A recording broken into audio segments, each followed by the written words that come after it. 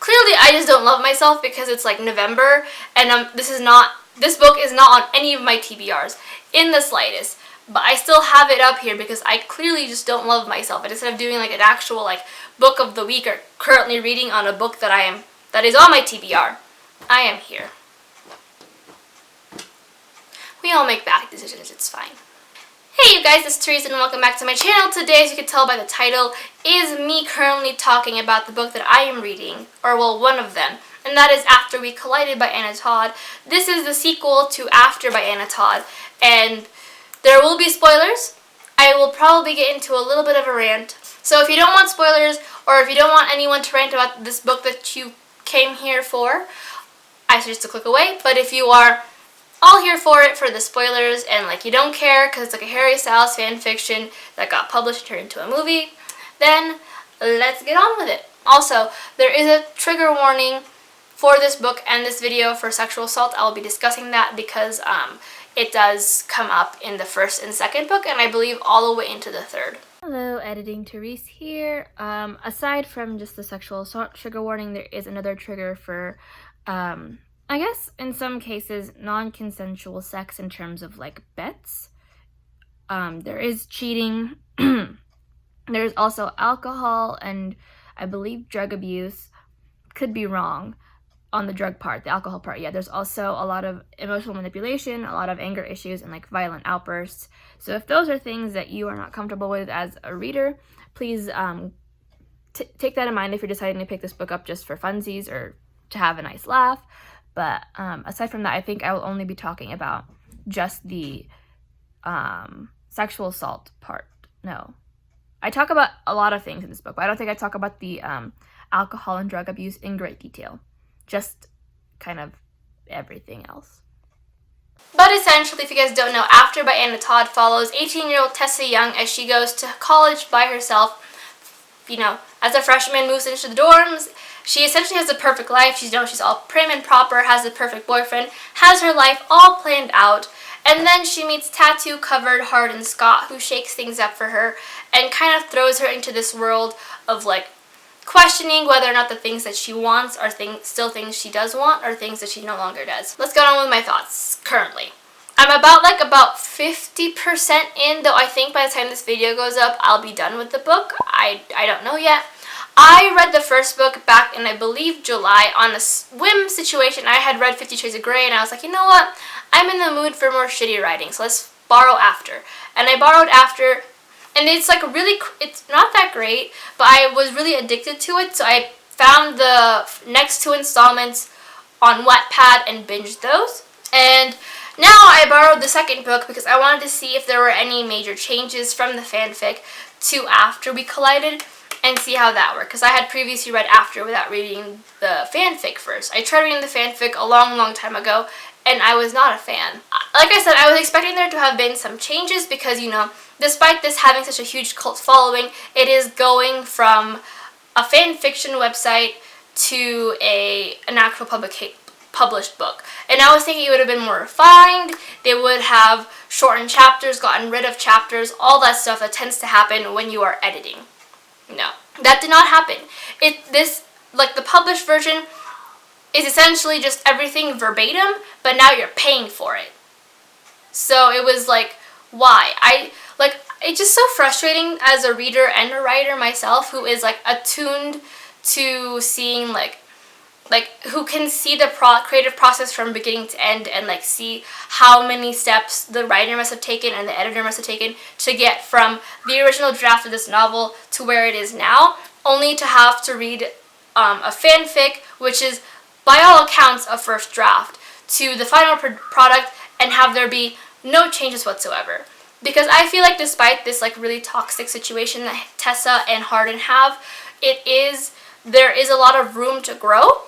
There is a lot of potential, and I feel like I said that with After when I read it. But there is a ton of potential for this situation to grow and become a little bit more. Because like I said, I did binge the next 2 installments, and I thought that the development with the characters does pretty well in a sense of like trying to become more than what you are or has set for yourself.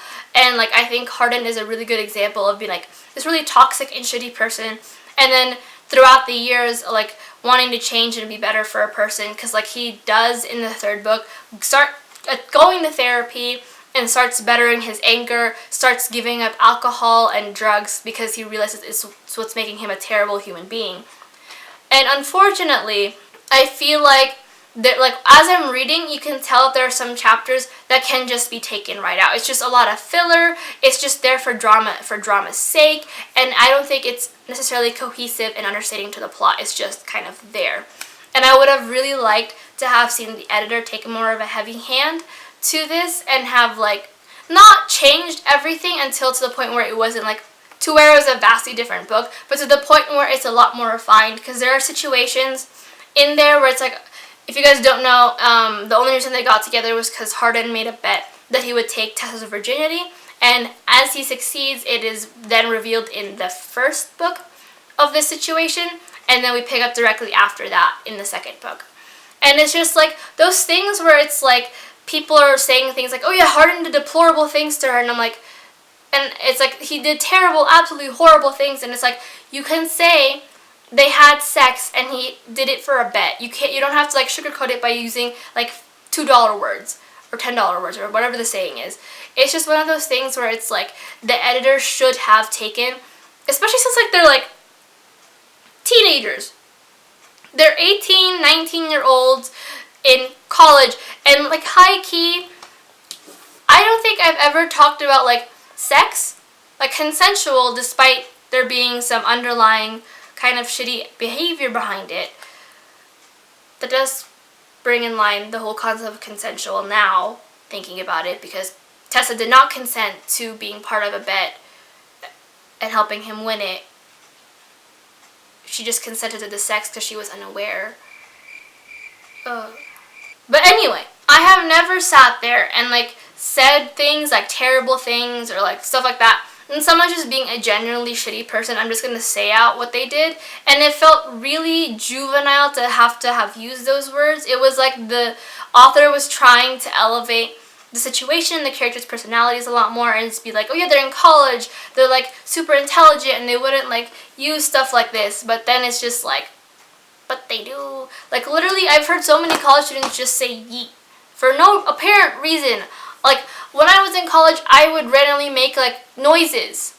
Like, not, like, weird noises. It was just kind of like me, like, trying to, like, add a soundtrack to my life. Or I'd be like, So it's just, we're not the most eloquent and well-spoken people here in America. So I can't visualize them having said some of these things in regards to, like, explaining sexual encounters and all that stuff. And it was just really disappointing because I had, like I said, I read the fanfic, and I thought that while the fanfic was kind of terrible, the book with an editor, mind you, should have sat there and have been like, we're going to refine this, we're going to take this out, we're going to squish this together. Because I think by the time I had reached like maybe like 15% through, I was on chapter 43. And it's like, no, you could have taken that time and like put chapters together or like taking them out, because some of them really did. Like there are some scenes in this book that aren't necessary to the plot. They don't do anything for the character development. It's just them yelling at each other for the sake of yelling at each other. Like I reached the part where Tessa misunderstands that she thinks that Hardin cheated on her because he told a girl not to tell anyone. She's like, I don't kiss and tell, which is like a saying. And instead of like, maturely asking for him, despite her being completely wasted or off her rocker, or like confronting him about it, she like books it down the stairs and like kisses a random guy in front of Hardin. Like, was that necessary? Absolutely not. And I feel like the editor should been like a stronger hand and a firmer hand and have been like, I think that you should have like taken this out and like changed it, because like it doesn't translate well to 2019. It doesn't translate well from even like when this was written, like what, 2012, 2013. It's like the cheating trope is just so exhausting to me, and I would have really enjoyed it if like they had like adjusted it and made something new from it, so that way the readers who may have read the fan fiction and are reading the published version now can see some growth of her as a writer, see some different changes, and have like be surprised. But it's all verbatim, and like it's making me not want to pick up the third book. And like the only reason why I'm picking up the third book is so I can like see exactly where it goes from the third to the fourth book, because the fourth book was not available on Wattpad, because I think she wrote that after the first 3 had been published physically. So it's just frustrating because as a reader and a writer, there should have been more thought that had gone into the editing process for this, because I feel like given like how this is, I would have really liked to have seen like, because Tessa grows a lot during these couple books. We see her break away from her mother, we see her start to fight for herself and like choose situations that make her happy and like really just kind of grow a backbone.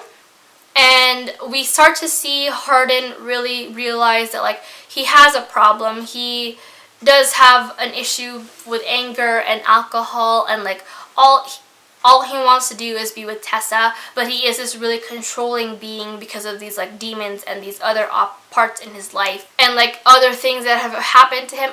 But yeah, we see him like start to fight for these demons and like start to not grow out of them, but learn to like move past and like fix relationships and like be a better person. And I think that would have been a really good angle to have gone through, considering the fact that like, especially since it's a fan fiction, toxic behavior in fan fiction doesn't, you don't grow out of that. Like we see the girl just start to like accept it, which in turn has us accept it. And I feel like given that this was published in 2013, around like that time where like we started seeing more like feminist ideals getting pushed out, it would have been nice for the editor and the author to have sat down and been like, can we change this so it not only fits better with the times, but also reflects our relationship that is mature and grows and shows these two people really come into their own, so, without having to constantly be screaming and yelling and all that stuff. Like I'm tired of the screaming and the yelling. Like if I wanted to like see screaming and yelling for no reason, I would just invite all of my family over and we'd fight for the remote. Like I don't need it, and it's just exhausting. I'm also kind of like, while I understand this happens in the book, Hardin is explained in the first book that as a young child, his father pissed off some really shitty people who then break into his house while he and his mother are home alone, and he essentially watches his mother be gang raped by these men, which then in turn forces him to view women differently. It does cause some scarring and a lot of like isolation issues and closing up. And this is brought up a lot throughout, I believe, the first 2 books. First 3, I could be wrong on that end. But it brings up a lot of these issues. And I feel like while I do understand the use for that particular plot twist and like kind of developing his character a bit more, it is getting to the point where it feels like now they're using it to excuse his behavior. He's shitty toward women because he didn't have a father growing up, because his father treated his mother incorrectly, and then thus he watched men assault her, sexually assault his mother, and he just never knew how to cope. And so we have to forgive him for it. And it kind of is getting a bit frustrating because every time he does something wrong, we see them go back to that. And I would really have liked to have seen it go somewhere else, essentially, because I feel like now we're just using it to further his pain rather than accept the fact that he had gone through this trauma and he needs to overcome it.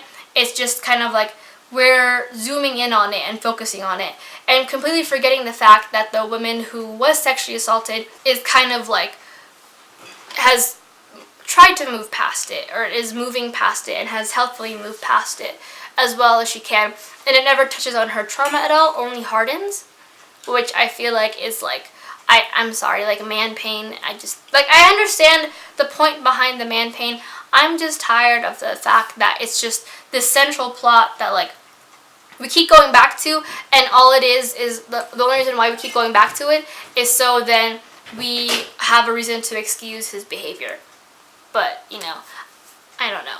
I just want to read the books so I can see what happens at the last book, because like I want to see if like all of Hardin's like progress has turned into something tangible in the 4th book, but knowing the patterns of this author, probably not. So another interjection from editing Therese. I have a lot of things to say, apparently, and the lighting is also really good, so I'm not complaining too much about interjecting, but I wish I wasn't like in my pajamas.